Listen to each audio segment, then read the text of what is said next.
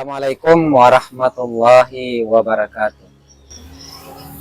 Alhamdulillahirabbil alamin wa bihi nasta'inu ala umurid dunya waddin.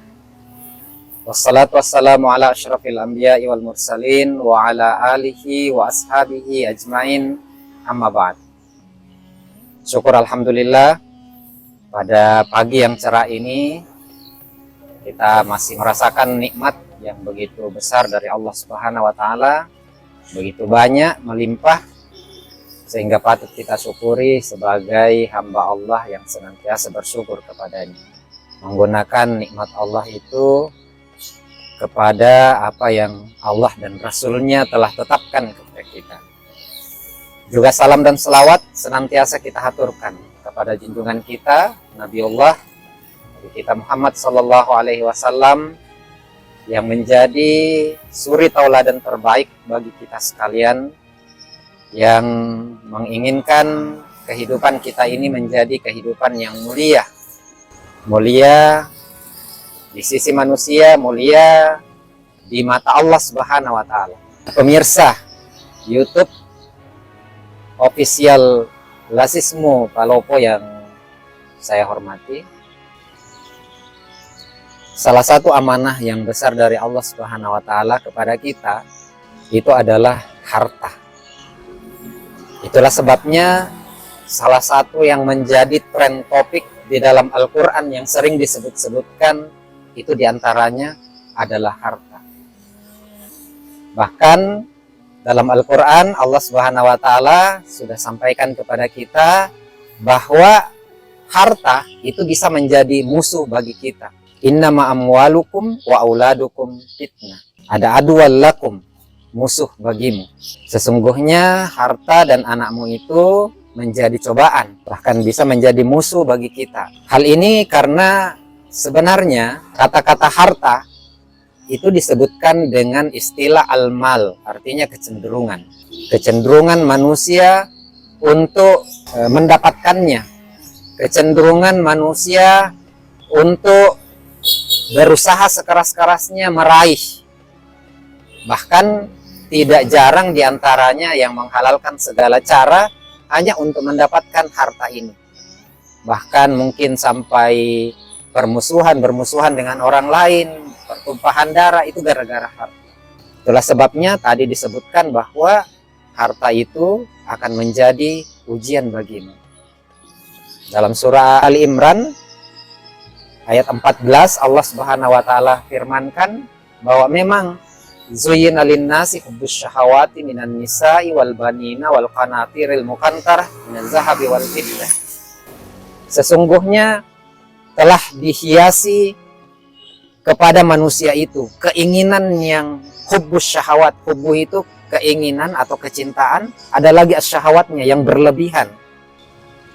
Minan nisa'i wal banin, ada perempuan, anak-anak keturunan, wal qanatiril muqantara, dan harta benda yang ditumpuk-tumpukkan, minaz zahabi wal fiddah, dari emas dan perak, wal an'ami wal hars, binatang ternak maupun dari hasil pertanian.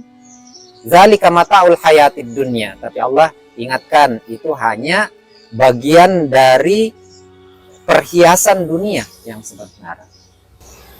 Nah, oleh karena ini, karena dia adalah fitnah, adalah ujian, maka itu berarti itu bergantung pada kita.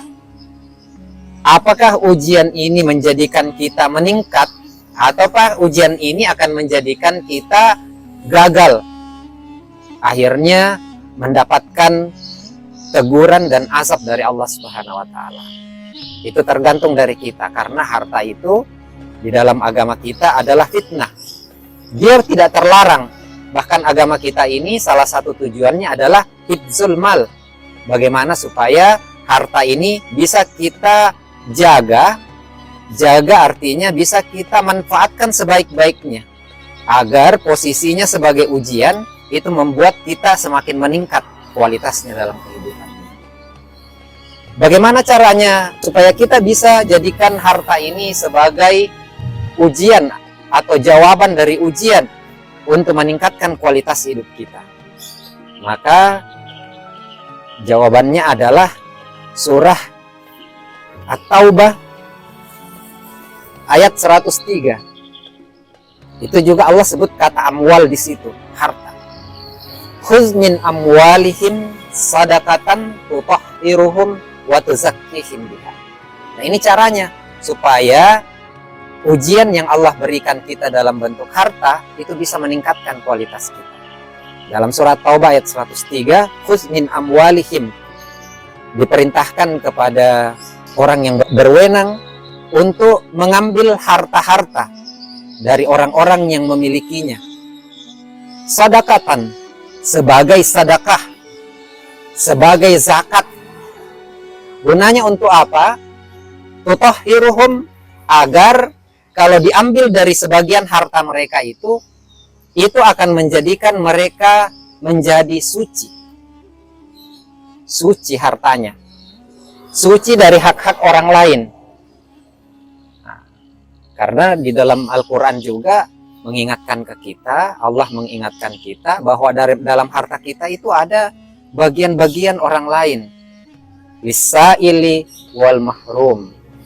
Ada juga innamas sadaqatu lil fuqara'i wal masakin wal amilina 'alaiha wa mu'allafatin qulubuhum. Jadi ada bagian orang lain yang ada di dalam harta kita. Oleh karena bagaimana caranya harta ini menjadi suci? Maka kita zakatkan kalau dia sudah sampai pada nisab dan haulnya.